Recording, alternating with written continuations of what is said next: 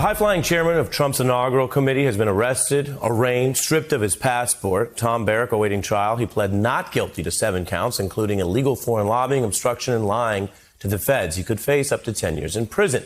It's a big deal. The indictment alleges that he lobbied Trump on behalf of a foreign government, the UAE, without ever registering to do so, and then shared sensitive, secret information about developments within the administration.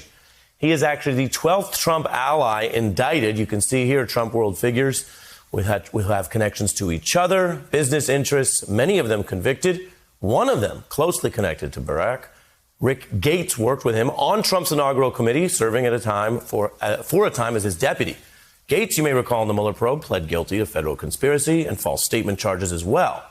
And he was sentenced to 45 days in jail.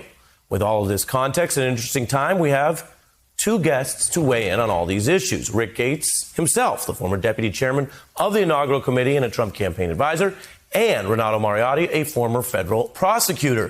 Thanks to both of you for doing this.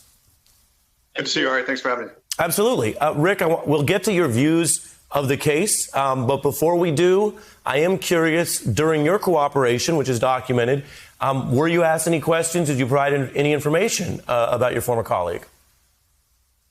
There was questions asked about the inaugural committee, which has nothing to do with Tom's work. That was the only issue and topic. There's a much broader range of issues that ideally related to Russia collusion, obviously, which was never proven or never confirmed, and it didn't exist. So once that was done, then they just tried to pick apart anything else that related to the president. And but there was very limited scope in terms of Mr. Barrack. In terms of what you provided.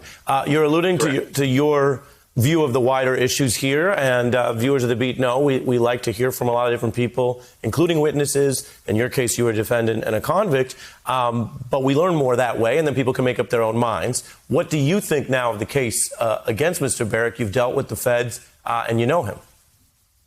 Sure, and thanks for the opportunity. Look, this is a continuation of just going after people that were closely associated with Trump. There are so many more questions, Ari, that have not been answered yet in this case. If prosecutors, for example, had information that Mr. Barrack lied in 2019, why didn't they bring that case in 2019?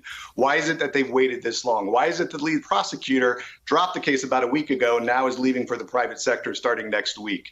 And then you look at the continuation of the way that the law has been abused and for political purposes. My greater concern here is that this is going to create a perpetual cycle of scenarios where people are going after each other for political purposes. So if the Republicans come back into power and they start doing this, it's still not good for our country. We've got to stop having prosecutors abuse the law for political purposes and political gain. That is the issue here. So your argument, and it's one we heard in various forms, whether it's witch hunt or politicization, goes to the validity of the evidence here in this case. Renato, as a prosecutor, this is not the first and maybe not the last time we've heard this angle, but specifically on the available facts, what's your response to Mr. Gates' view?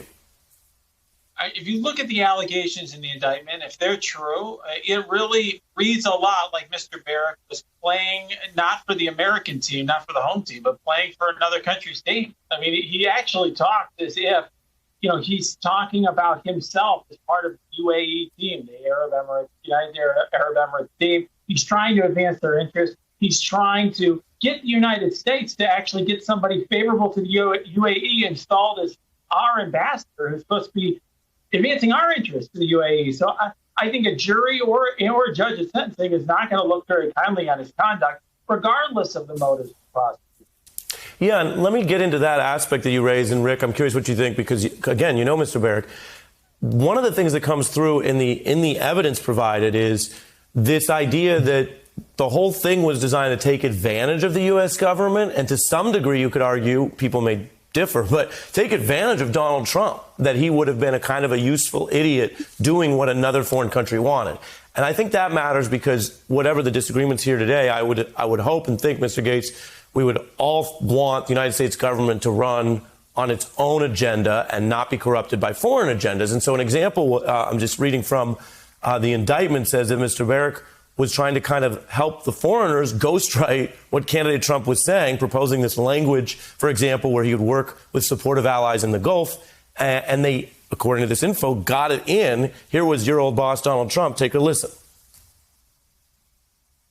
We'll work with our Gulf allies to develop a positive energy relationship as part of our anti-terrorism strategy. We'll work with them because we have to knock out terrorism. What do you say to the allegation, Rick, that Mr. Barrack helped foreigners get that in there for their interests, not Trump's or the U.S.? I'd say I don't believe it at all. I think Mr. Barrack is a generous man. He's a spirited person. He goes out of his way to help other people. And in this case, working closely with him, I can tell you that every instance that I experienced, his interests were first and foremost those of the United States. And Ari, look, this is no different than any president in the White House that has a kitchen cabinet. You take Vernon Jordan, who represented multiple countries, foreign countries, with Clinton. You look at John and Tony Podesta, who represented dozens of foreign countries for Barack Obama. So this is, you could take UAE out of Tom Barrack's indictment, put any country in there, and cast a net and group up a bunch of people. I mean, this is, it's an issue that we need to look at more. This idea of attacking people on foreign representation fair. It wasn't weaponized until the Mueller probe started because they couldn't find anything on Russian collusion. So in order not to be humiliated, they needed to find something else on people, and they used it. And I'm not, disagreeing with Ronaldo at all. The problem is that the way that the prosecutors go about doing this, if that's the case, if Tom Barrack is guilty, and then you should go after everybody else. You can't have an unequal application of the law in this case, and that's exactly what is happening in this scenario. Let me do a little bit of a fact check, and you got to make your point. But with regard to foreign lobbying, which is a tricky issue for sure, the feds, including outgrowth of the Mueller probe, have gone after people regardless of party on that. Barack Obama's, I think we have headline here, Barack Obama's former White House counsel, senior ranking Obama official, was indicted for lying to the Justice Department, in part over issues connected to foreign lobbying and them saying that he was at it. I take Rick's point, Renato, that there is a lot of this going on in Washington, but what do you think of where he extends that, which is to argue that somehow these are baseless and thus politicized charges? Yeah, look, there's a big difference between telling an administration that you are lobbying on behalf of a foreign government and advancing their interests out in the open and saying, hey, I'm lobbying you on behalf of the UAE, and in secret, feeding information using encrypted messages to the UAE government to try to hide what you're doing and not disclosing that to the government. I mean, I take Mr. Gates at his word that he had a good view of Mr. Barrack, but he wasn't there in those encrypted messages. He wasn't on those phone calls with members of the UAE. We don't know what was going on in secret, and they were hiding because this was being done surreptitiously. It was more like spying than it was actual lobbying. Yeah. We wanted to air some of this out, and this is a case where there's going to be big debates on both sides, and it also touches on big questions in Washington about what's for sale, how does this lobbying work, regardless of who's in power in the White House. So appreciate both of you having the dialogue.